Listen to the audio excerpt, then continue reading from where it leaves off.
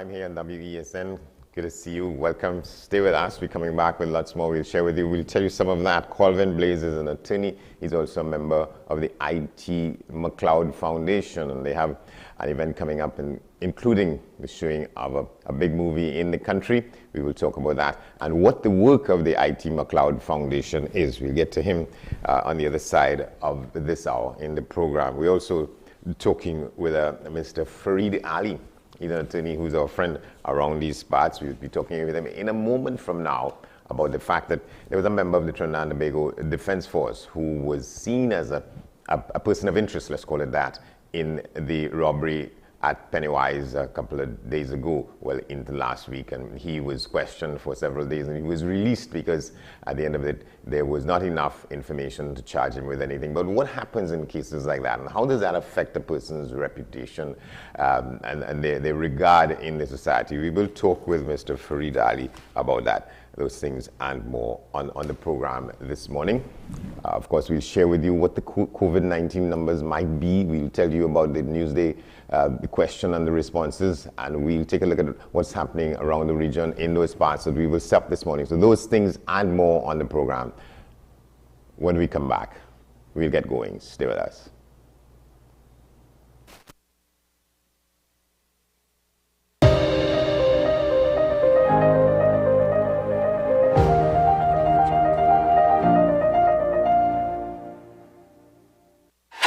FanZone, your reliable, authentic supplier, has just gotten better. You can now visit our website www.fanzonett.com for your authentic wear and collectibles. The only place where you can use both your Visa debit and credit cards.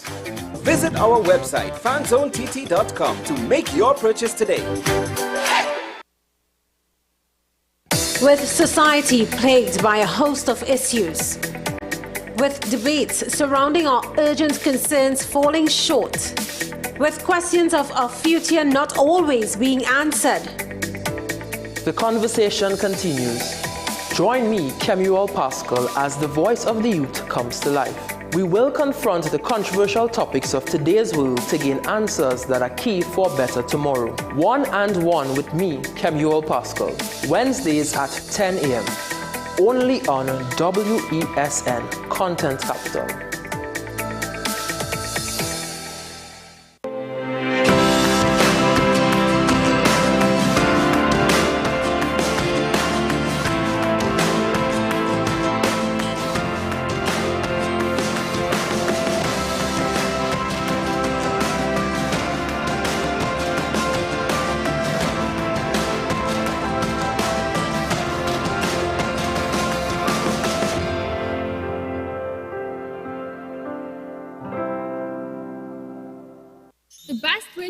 At thebesttoys.com.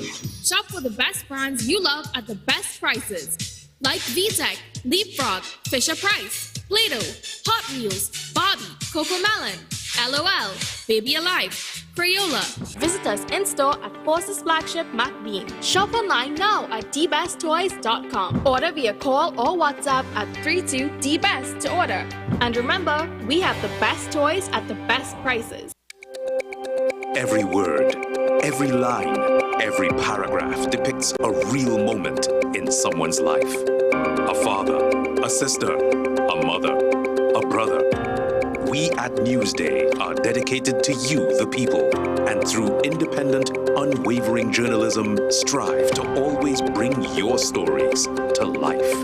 Because your stories are more than just words. Newsday, independent and credible. I am Rondell Donowa, attorney at law and host of Strictly Legal on WESN Content Capital. Strictly Legal is a legal program geared towards informing you, the public, of your legal rights, responsibilities, and remedies. So be viewing Thursdays 10 a.m. to 10:30 a.m. Join host Andy Johnson on WESN Monday, September 26th for Budget Day as we engage an expert panel of experienced economists and politicians. We break down government's budget presentation and allocations and discuss the fiscal forecast 2022-2023 inflows and outflows. Budget Day 2023 from 6:30 p.m. only on WESN, the content capital. Join me, Sule A. Joseph, as I delve into the day-to-day psychological issues plaguing our society. We will discuss behaviors that encompass the biological influences, social pressures, and environmental factors that affect how you think, act, and feel. Site, Thursdays at 11:30 a.m., only on WESN, Content Capital. With society plagued by a host of issues, with debates surrounding our urgent concerns falling short, with questions of our future not always being answered. The conversation continues. Join me, Kemuel Pascal, as the voice of the youth comes to life. We will confront the controversial topics of today's world to gain answers that are key for a better tomorrow. One and One with me, Kemuel Pascal, Wednesdays at 10 a.m. only on WESN, Content Capital.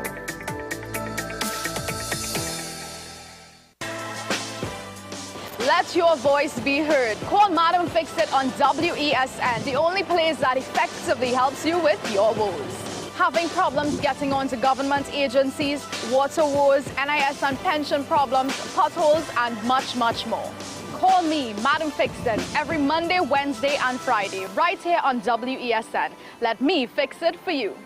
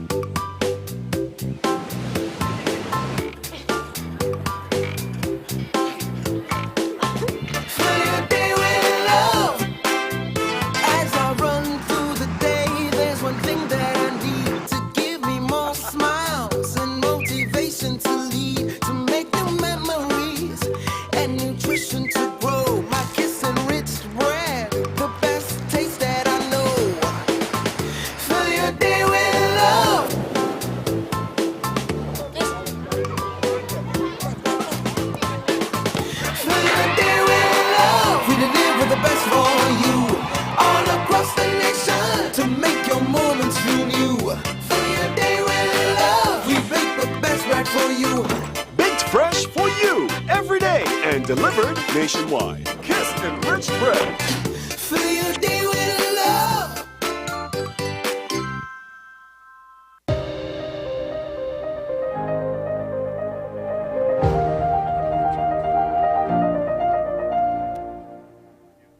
All right, welcome back to the program. We're starting this edition of the program with this story. It was reported in the Sunday Express. A soldier walks free. A man, 24 years old, was in detention since Monday.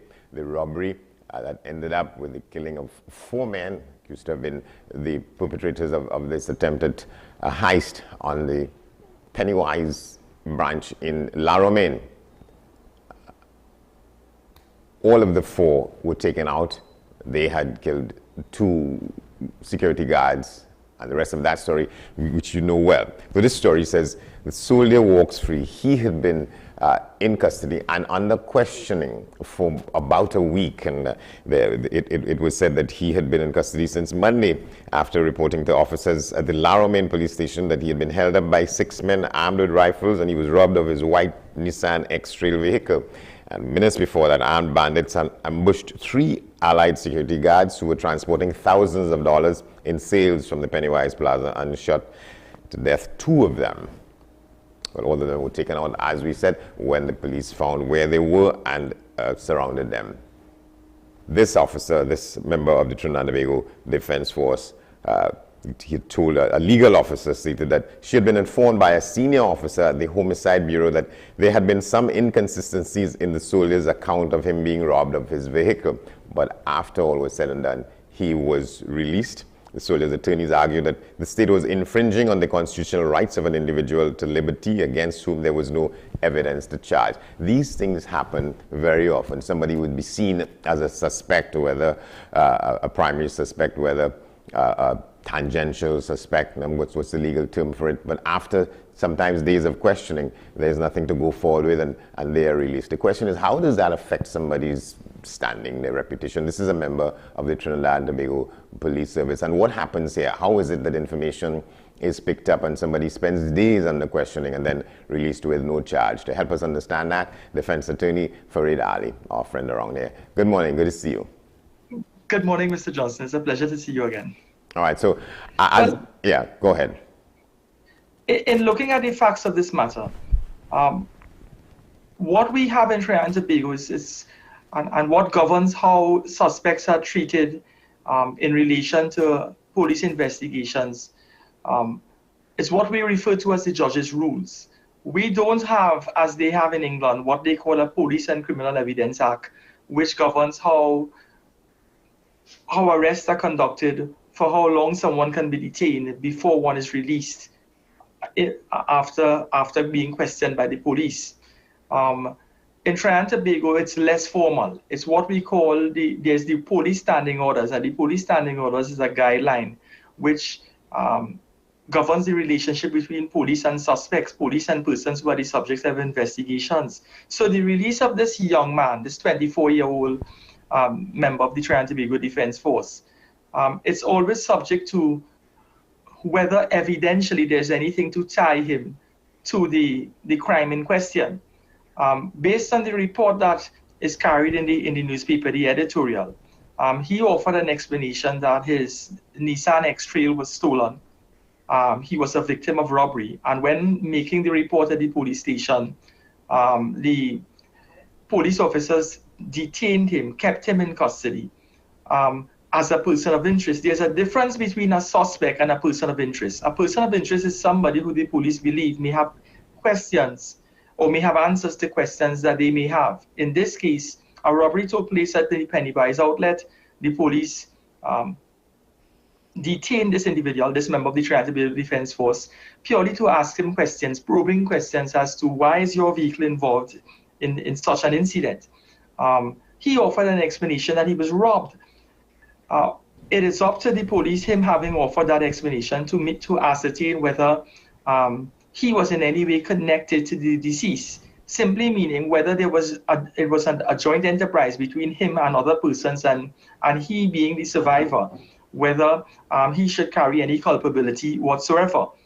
Bear in mind, joint enterprise involves an agreement between and among several persons to commit a crime. The only way one can prove whether he was in agreement to commit a crime with other persons is to try to tie him back by way of scientific evidence. Scientific evidence will be the cyber unit at the Trinidad and Tobago Police Service examining all the phone calls that he would have made, examining the WhatsApp messages that would have come into his phone, examining any means by way of social media or formal communication that he would have had with any of the individuals who are now deceased. And when they examine that, if it is, they find by way of conversation, a WhatsApp conversation, he carried a conversation that is synonymous with agreeing to commit a crime or being part of the planning stage, although he may not have been physically there. he contributed in some way in terms of provided intelligence, provided his vehicle for use for that purpose, then they can arrest him and they can possibly lay a charge and perhaps charge him for murder of the 2 officers and the attempted murder of the surviving member, the security officer. It's good that you say that. So you think that this may have happened, that they tried to find anything to tie him to any one of these guys or all of them. The conversations, they would have gone through his phone and all of that, and they came up dry. It is standard investigating procedure. So I am saying that it is very likely that is exactly what took place. And when they completed that exercise, they not having had anything substantial at this stage, it is still very likely that he could be rearrested. The purpose of finding a writ of habeas corpus, the purpose of seeking a writ issued by a high court judge in order to have the police officers brought to the high court, in order for the person of interest, meaning the soldier, to be brought to the high court and have the investigators give details to the judge as to what is the reason for keeping this individual. And if it is there is nothing of evidential value, then the judge can simply say, listen, you've had this man in your custody for 2 to 3 days. You've not presented anything of evidential value that warrants detaining him any further. Then you ought to release him. So what happens? What happens is when he was arrested, his attorney would have written to the Commissioner of Police office, the office, indicating that so-and-so is now in custody. We have not had any information as to what is the reason for keeping him. He has offered a plausible explanation for his vehicle being used in such an incident, simply meaning that he was robbed. When he came to the police station to make a report, he was detained. As his attorney, I'm saying that he offered a plausible explanation. Unless you have evidence to tie him further in some way to this act, to this as being part and parcel of the incident, then you ought to release him. All right, you said something earlier that I wanted to get at. You say that when somebody is termed a person of interest, is not the same thing as a suspect. And I always thought that was simply a euphemism, but you say that there's a distinct difference between somebody being described such as one to the other. Exactly. A person of interest is a person who in the police view may have answers to questions that they have pertaining to the investigation they're conducting. The police has a right to question anybody.